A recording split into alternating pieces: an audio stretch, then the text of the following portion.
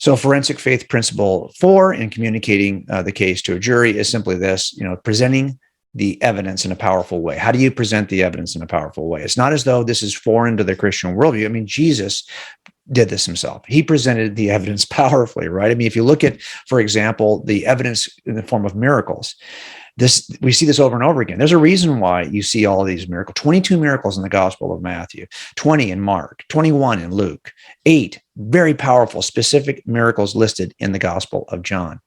And why is he providing these miracles to his viewers? Why is any one of these gospel authors recording this many miracles? What's the point of all this? Well, John says it this way.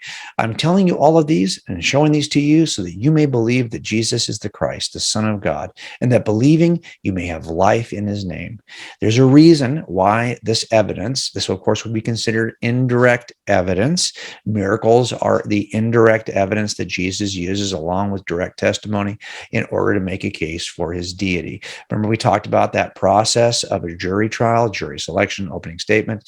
We are now in this aspect right here. We're at evidence presentation. And sometimes I can tell you, this is not an easy thing to do in front of a jury. There are times when this process takes time. It takes some time. Because let's face it, you're going to be presenting, and a lot of things during this time is going to be exposed. Sure, your evidence is going to come out during this time, but you will be standing in front of a jury for a bunch of days, weeks, months, perhaps in some trials, in which it's not just your evidence that matters. What you look like standing there for all that time matters. Who you have been in front of that jury, that matters. And so I want to talk about all of these as we talk about this making a case stuff we've been talking about.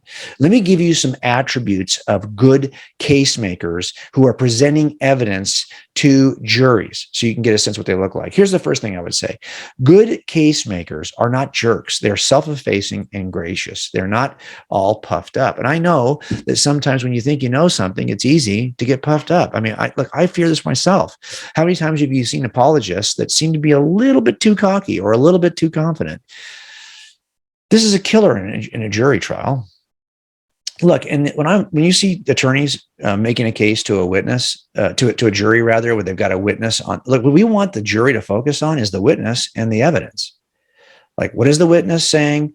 What is the evidence we've collected? We want the jury to be focused on this. But you realize that we're going to be there a long time. They're also going to be focused on this. They're going to be watching you. And by the way, they're only going to see this evidence once, more than likely. We're going to call that witness. They're going to see that witness. If it's a 10-week trial, they're going to see that witness for one day. Well, they're going to be watching you as the deliverer of the evidence for weeks. They've got far more time spent watching you than any piece of evidence you're going to put in front of them. But we don't want them to make the decision based on us. We want them to make a decision based on what they think about the evidence. Right? But if we're not careful, they'll make the decision based on what they think about the evidence presenter. They don't like you, think you're a jerk, or they think you're cocky. It's harder to get a verdict. It just is. This is why John Lewin is so self-effacing and gracious in front of a jury. He'll make fun of a lot of things, but mostly make fun of himself because he does not want to be seen as somebody they would vote against. Instead of the evidence, they would vote against the evidence presenter. Well, look, when you do like street evangelism and you're just doing like, quick, I'm going to be out in the street sharing the gospel. Well, that's really easy, right? Because the people you're talking to, they're only going to see you that one day. How much harder is it to share the truth with your family members? Because they've seen you your whole life. Look, I have that same situation with my own dad. My dad is not a believer. And I'm not going to see him one day as a street evangelist. He's going to see us most of his life. He will have said he's known us well. So my son and I, we have to be really gracious and self-effacing, right? Because this is true for you too. Remember, who you are matters to the hearer of the gospel as much as the content of the gospel. Good case makers are gracious and self-effacing. They're also accessible. Good case makers are accessible. I don't know if you've ever heard the language that you'll sometimes hear in jury trials or in civil trials. The language of the law is often really specific to legal terms and specific to legal matters.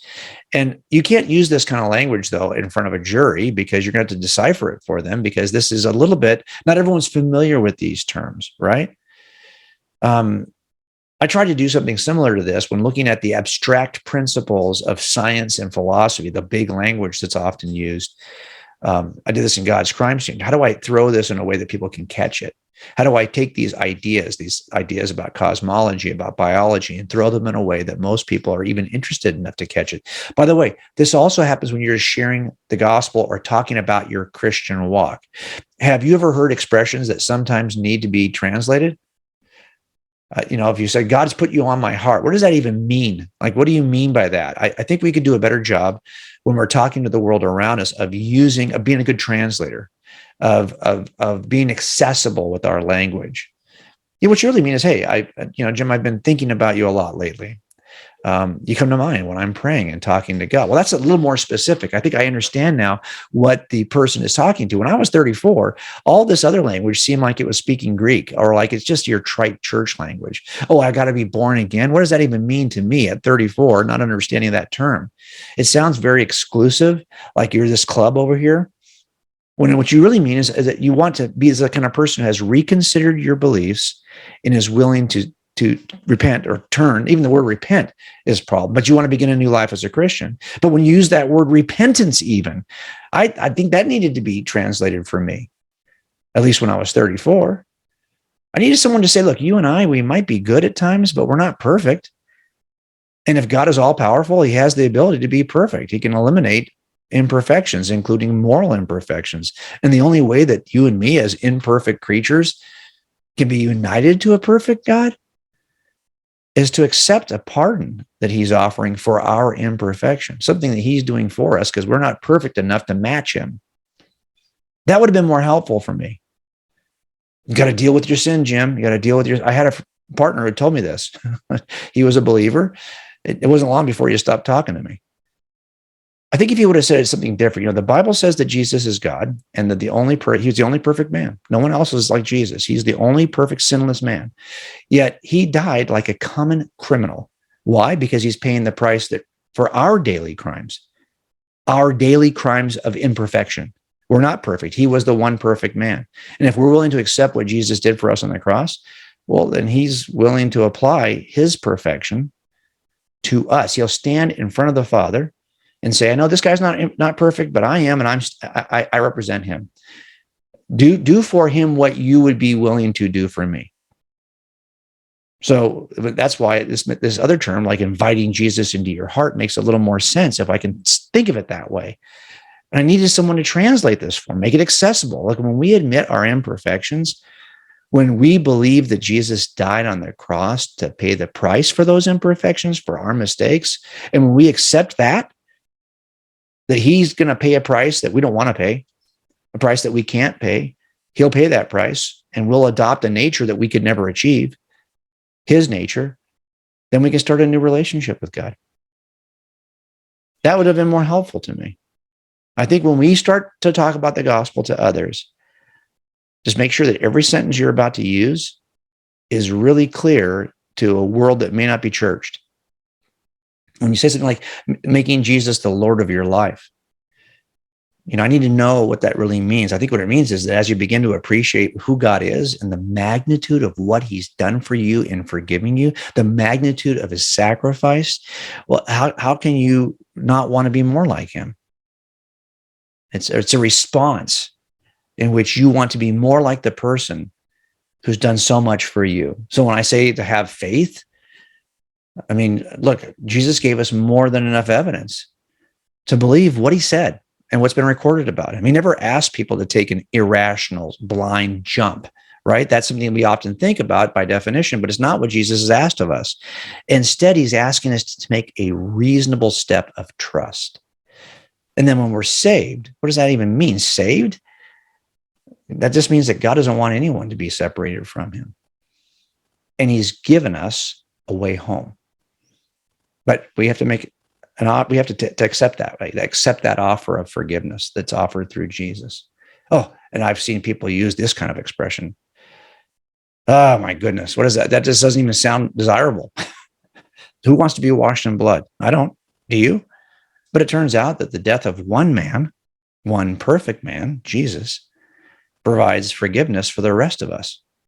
That's what we really mean by this. And we will be changed. But sanctify, what does that sound like? You're sanctimonious. No, what we're saying is that grateful people end up becoming selfless people. This is the nature of being grateful. Christians who understand how much they've been forgiven, they just are changed over time as they understand. Look, forgiven people become forgiving people. It's just the nature of understanding what's been offered to you. Oh, fellowship, like a fellowship hall. Is it only for fellows? I mean, what the heck is that about? No, I'm simply saying that it's encouraging to find grateful Christians, right? It's to find people who understand what you've been given, who have also been given that same thing. And guess what? They're struggling just like you are to become the kind of people they want to become. We're in the same club. It's not a club, though. It's just the same boat. We're all in that same boat. We're out there. We're eager. And we want you to join us, join this community. We're struggling like you're struggling, but we all accept Jesus as Savior. And regardless of what you may believe today, if you'll join us in accepting Christ and become part of this community, we will struggle and learn how to change together.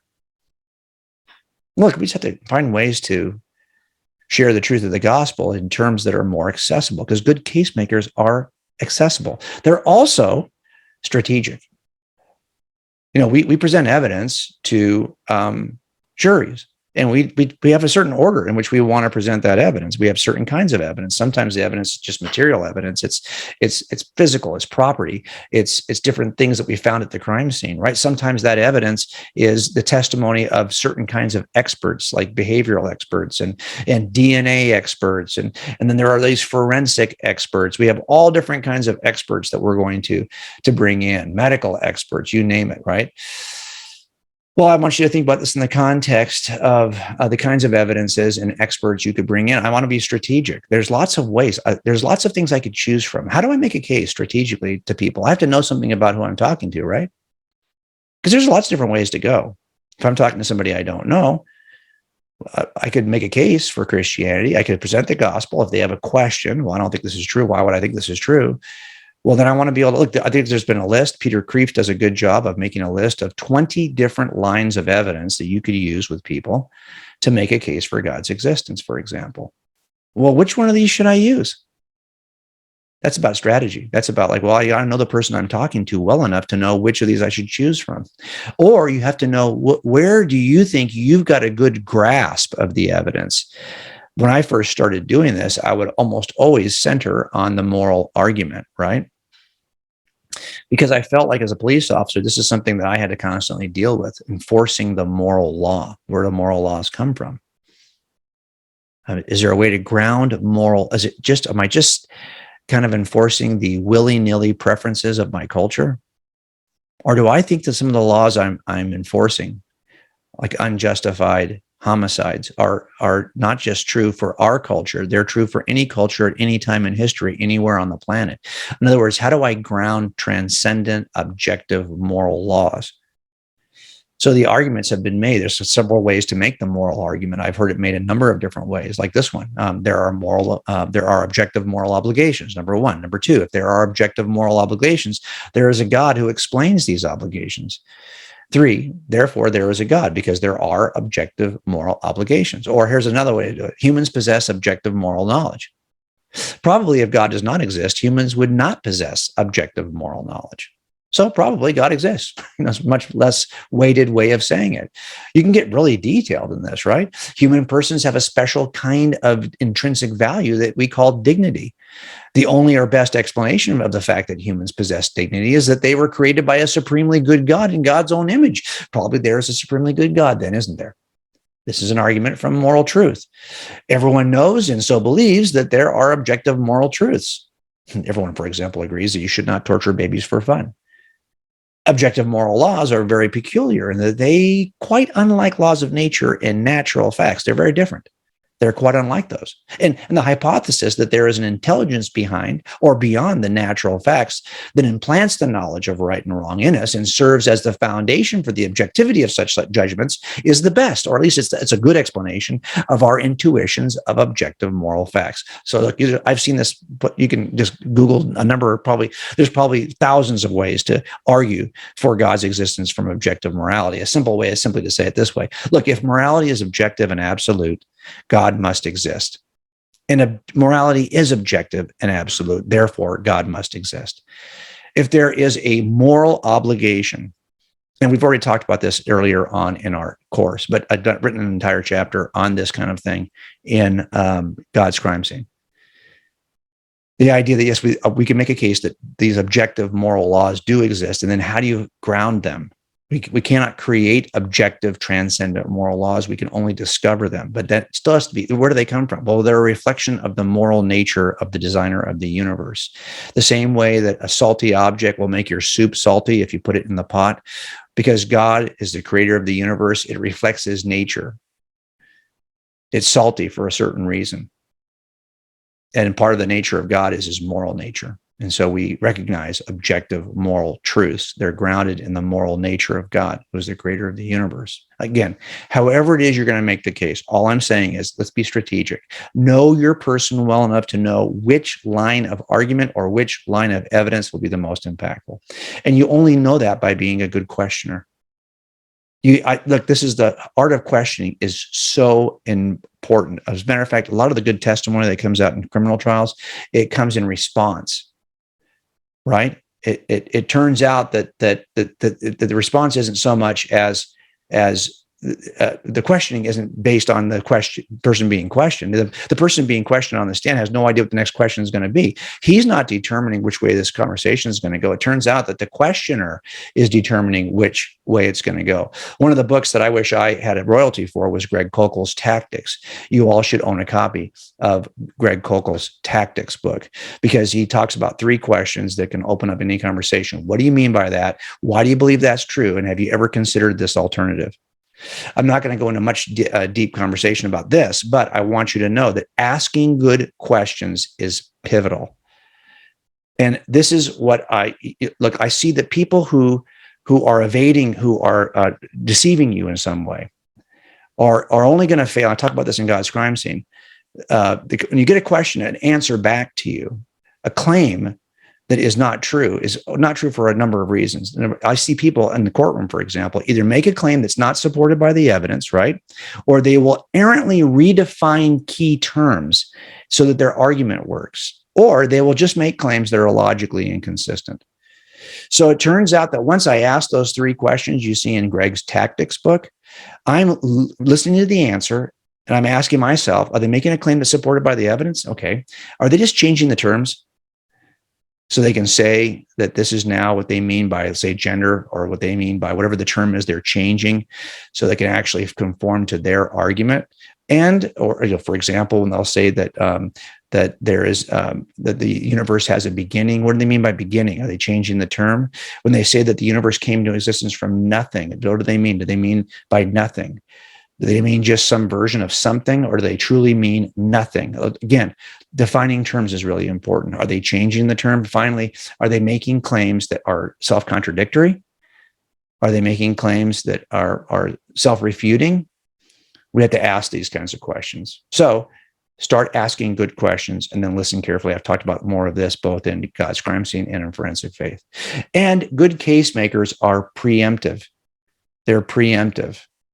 What I mean is we have a case and we start collecting a bunch of evidence. We collect all this evidence, and then so does the defense. They might also collect some evidence, depends on how good the team is.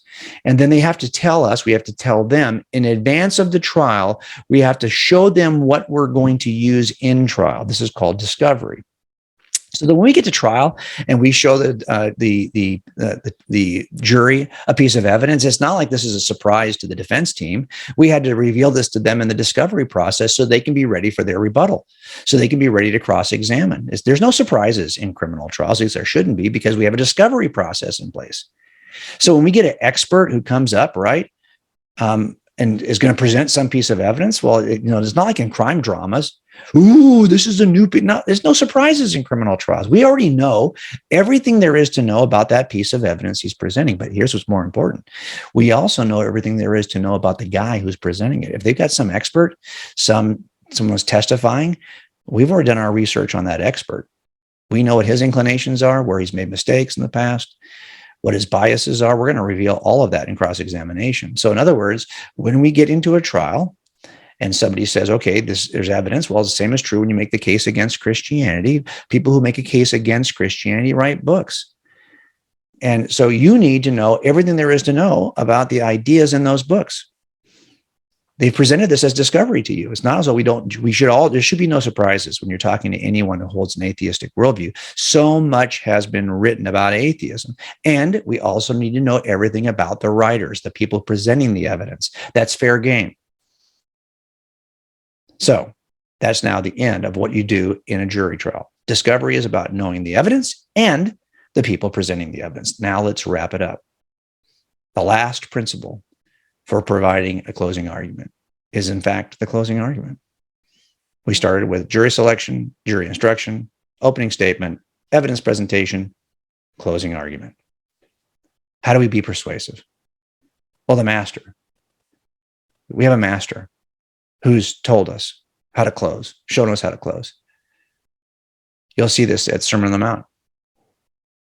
He says at the end, therefore, everyone who hears these words of mine and acts on them may be compared to a wise man who built his house on the rock. And the rain fell, and the floods came, and the winds blew and slammed against that house, and yet it did not fall, for it had been founded on the rock. Everyone who hears these words of mine and does not act on them will be like a foolish man who built his house on the sand. The rain fell, the floods came, the winds blew and slammed against that house, and it fell, and great was its fall. When you see this word, you know that something is coming after everything else. So he's closing. Therefore. And what's interesting in a closing is you're doing two things. And he does the same two things here. A good closing argument in front of a jury does the same two things that Jesus is doing in his closing of the Sermon on the Mount. He says, therefore, everyone who hears these words and acts on them. Now, what is he doing here? He's first asking his hearers to remember everything that he said. And then he's saying, that's dealing with the past. I've said a bunch of stuff to you. Hear those words. And then I want you to do something going forward. Do the right thing. Act on what you've heard. Hear something. Remember what I've said. Act. Do something. It's not just hear something. It's do something. This is also true when we're making a case in a criminal trial. This is also true as we're sharing the gospel. To close confidently is the first step. I want you to have confidence because we're going to do two things. We're going to ask the jury, ask your hearer to remember what you said, to consider, to think about what you said, but you want to ask them to act, to do something with what you said, the same way Jesus did, the same way we do in criminal trials. Have some confidence, though, when you do this. You have a right to ask for action. You should be confident that your worldview is true. It's not a preference, like we started in the very beginning. It's not a cookie. It's the cure. Act like it's the cure.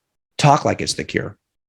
Be passionate like it's the cure. You know, when you have pets like dogs and you take them, you have to go on a trip and you take them to a facility maybe for a couple of days while you're gone, or you just take them to play on a play date in a dog yard, and you get into that dog yard and there's some small little nasty yappy dog. I've owned Chihuahuas, okay? They're disgusting little dogs, okay? And they're always making a lot of noise. And in a dog yard especially, they're like the most vicious, angry little yappy dog you can imagine. Meanwhile, if there's a Great Dane in that yard, that Great Dane is going to walk in, that probably not make any noise at all. Meanwhile, that little Chihuahua is going to be nipping at his heels, running circles around it, making a lot of noise. Why? Why does that happen? Well, it's because the Great Dane is huge, and he's very confident based on his physical prowess. It turns out that Christianity is the big dog of worldviews. But we often don't know how big a dog it is, how well it stacks up to the evidence, how well it can be supported by evidence. So we end up sounding like Chihuahuas. And Chihuahuas are making that noise because they're not confident in their own stature. I'm going to sound tough because I know I'm not really tough. You could basically eat me, but I'm going to make a lot of noise And it's really a fight or flight situation. We often sound like barky chihuahuas because we're not even aware of the fact that our worldview is the Great Dane. So I want to encourage you to make the case with Great Dane confidence, big dog confidence. And I often am speaking to a generation now that needs to be shown this visually. I'm going to show you an actual slide sequence from a case I did in front of a jury where I'm talking about this woman who was targeted. And what I mean is, in a targeted murder, it's much more likely to focus on a suspect. If someone's targeted, you got to ask the question, who would want her dead? The whole world is available, but only a few people would probably want her dead. So the fact that it was a targeted murder helps me to show why the pool of potential suspects is so small. So targeting is an important part of almost any of these cases. I want to show the jury why she's targeted. So I chose to use a visual target. And I'm going to throw darts at different aspects of the case that only make sense if she was in fact targeted. Now I'm going to do some of these faster, and I've blurred them out because I don't need to show you how bad the scene was. But all of these are reasons why I can be certain that this is not a random act of violence, but is instead a targeted murder. And if it's a targeted murder, then I think it's reasonable to look for that killer as somebody who would want her dead. And there's only a few people who would even fit that description. I made this visual, and hopefully powerfully visual, so that the jury would see, yeah, she's targeted. That made it much easier to point to my defendant. But look, I do the same thing with all of my cases for Christianity. Here is a visual case for the authorship, Mark's authorship of his gospel based on the information he got from Peter. This is in cold case Christianity. Here's a visual case for how we might explain any act of evil, even though there does exist an all-powerful, all-loving God. These are 6 or 7 reasons why an all-powerful, all-loving God might allow any act of evil. Just a visual case here. Here is a case, for example, on how you might explain moral truths in the universe, but how do you get them from just space-time matter, physics and chemistry? These are the ways that people have tried to explain moral truth. And here's an illustration of why none of them work, except for grounding them in a transcendent moral God. Here's a timeline that shows the early dating. We talked about this, right, on one of the sessions. This is the chain of custody. If you make these things visual, if you make that entire history of evidential Christianity, or the case for how you build a cumulative circumstance. Now, you might feel like, look, I can't do these kinds of drawings.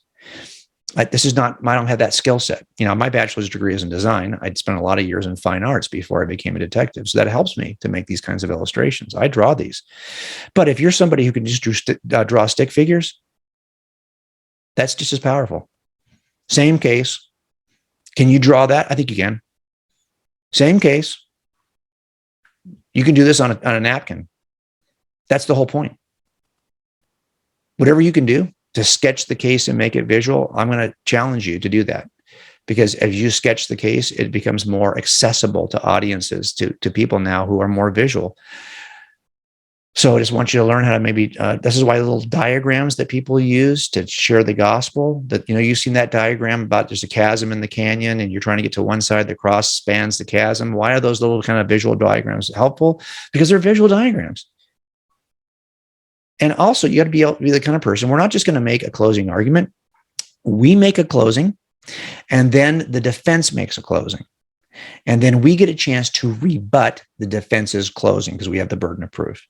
Well, I think that requires you to be somebody who's willing to show why the other person is wrong. But I think sometimes as Christians, we think, can I do that without and still be a Christian? Didn't Jesus say that we should not be so judgmental? Don't judge so that you will not be judged. Well, of course, you know the whole passage. For in this way you judge, you will be judged. And by your standard of measure, it will be measured to you. Why do you look at the speck that's in your brother's eye, but do not notice the log that is in your own eye? Or how can you say to your brother, let me take that speck out of your eye, and behold, the log is in your own eye, still there? You hypocrite, first take out the log from your own eye, and then you'll see clearly to take the speck out of your brother's eye. So clearly, we're called to take the speck out of the brother's eye. We're called to call out what the problems are. But first, make sure you're not a hypocrite. Take it out of your own eye.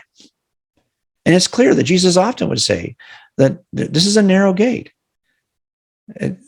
Only a few are going to enter it. Only a few are going to have the truth. There are going to be a lot of false prophets. Only a few are going to tell you the truth. Not everyone who says, Lord, Lord, will enter the kingdom. This is all Matthew 7. It's okay when you're encountering people who, in the courtroom or otherwise, who hold bad ideas, to be harsh with the bad ideas. And when someone offers an objection to Christianity, that's really a bad objection. It's not a good objection. You can be harsh with the objection, but you got to be kind to the people who believe those objections. There's the challenge, right?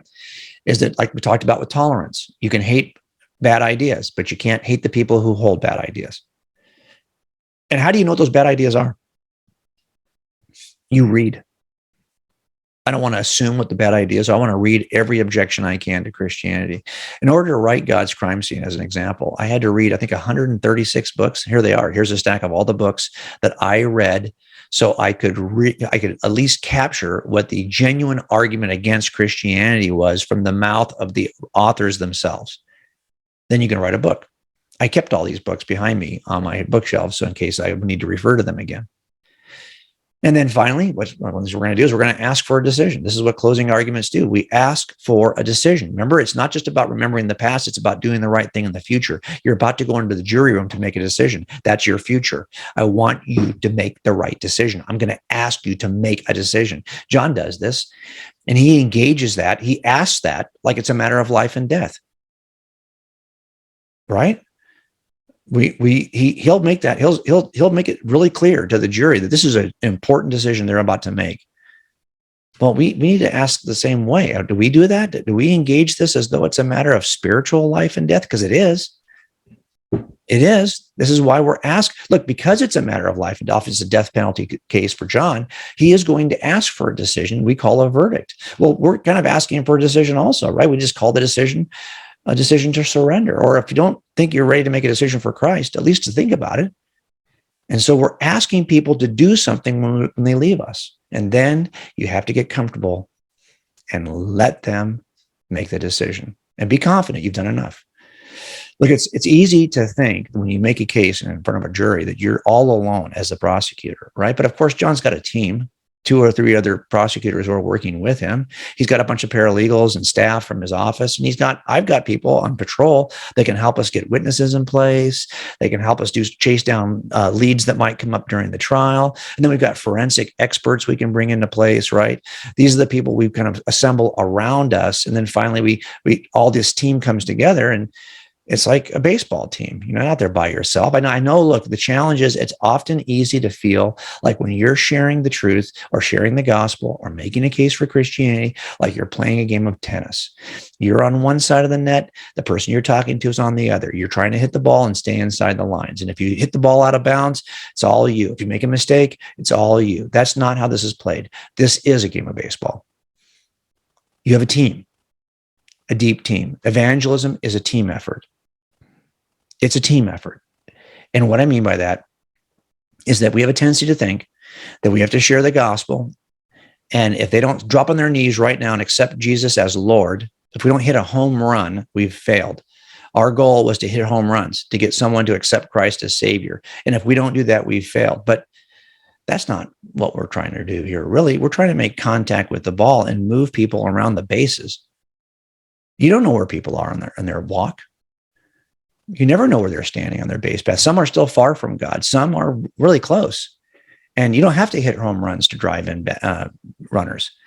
You just need to drive in runners by making contact and advancing runners on the base path. And so you just have to advance it. Maybe you'll have a conversation with somebody for hours, and you don't know if you've advanced them 90 feet to the next base. You may have. You won't know. They may not even realize it until years later. Everyone I've talked to, for example, who has had a journey like mine, they really can point back to several foundational things that were said to them years before. And then at some point, someone's going to say something that's going to push it all the way home. And you're going to think, wow, this is awesome. Well, keep in mind that when you said, wow, this is awesome, you don't know where they were standing on the base path. Very few people will you move from 0 to 100 in one afternoon. Your duty is not to hit home runs. It's just to step up and make contact with the ball. Sometimes a bunt can drive in a run. And that's what you're trying to do. And there's people who are with you on your team who will follow you. And a year from now, somebody else will come up to the bat. And then somebody else will come up to the bat. And at some point, he will come home. This will help you. So when you make a statement and you don't see any movement, because he didn't stop and give his life to Christ immediately, you won't feel bad. You don't know. I bet you've advanced the runner. And then you'll also have some modesty when someone does come to faith in front of you, because you know what? It wasn't all you. Somebody else had got that guy to third base, and you just bunted him home. And it could have been a really crummy bunt, but it was enough. So have some modesty, but also don't stress yourself out, because you are part of a team. And finally, let me just say that it's often Jesus often describes us as sheep. And I think when he uses that description, it's not meant as a compliment.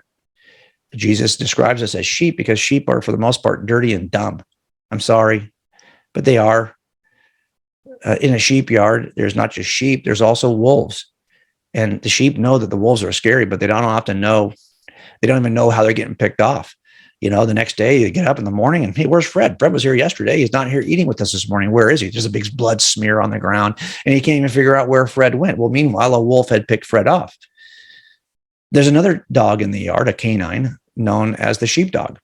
And I'll be honest, most sheep don't even know the difference between a wolf and a sheepdog. They're both canines. But the sheepdog's there for a purpose. It's to guard the sheep and to make sure that no wolves get them. And if we had a yard full of sheepdogs, we wouldn't have a wolf problem. If our church had a yard full of sheepdogs, we wouldn't have a wolf problem in the church. But we do have a wolf problem in the church. And so part of what we become case makers is we're not just better able to express the truth of the Christian worldview and share the gospel, but we're also good sheepdogs. We want to move every sheep to the position of sheepdog. And my hope is that some sheep can actually share the gospel, but they're not good sheepdogs because they don't know how to defend the gospel, and they don't even spot the lies sometimes when it's coming. But my hope is that the approach we've taken over all these videos will do two things: prepare you to share the gospel, but also move you from sheep to sheepdog. Now, we got a decision. What kind of sheepdog do you want to be? My wife and I, we run trails. And one day we were out getting ready to run a trail in California, and we see this poster on a post at the trail. And we're thinking, really? Lost dog, and it's a Chihuahua? What are the odds your Chihuahua is going to survive that environment? It's pretty full of predators. There's mountain lions and bobcats and coyotes that are a lot bigger than your little morsel. That's a Chihuahua. As a matter of fact, if you wanted to find your look, it'd be far better for you if you had the missing Great Dane we talked about, right? If you got a missing Great Dane, that Great Dane's a horse, probably can survive out there. If your Chihuahua is what's missing, I can tell you where to look for him. Look for him in the trail. He's going to be in coyote droppings, because that's where Chihuahuas end up. They are dogs, but they're not the greatest size dog. If you lose your Great Dane, just go to the nearest kennel. That's where he's going to be. He's going to survive. Are you a sheepdog? If you are, which kind of sheepdog are you? Are you the Chihuahua or are you the Great Dane? What kind of sheepdog have you prepared yourself to be? That's what I'm hoping this course has helped you become. Moving you from sheep to sheepdog, and the kind of sheepdog you want to be is dependent on how well you want to prepare. Most of us spend more time maybe in the gym or preparing ourselves for some other aspect of our life than we do preparing ourselves to defend the Christian worldview. Even though of all the things you do, the one that you hold as a duty is probably your preparation to prepare to give a reason for the hope you have in Christ. That's your duty as Christians. We've been living as abbreviated Christians, and that's what we have to stop. And that's why I hope this view, which probably, if you think about it, looking back on you started taking this course, you may not have thought of evangelism this way, but you're going to share something with people when you share the gospel. It's not an either or, it's a both and. You're going to share the gospel and be ready to defend it. Be ready to answer the questions that often come with the most simple, plain sharing of the gospel. Help define words so people will actually stop and take what you say seriously.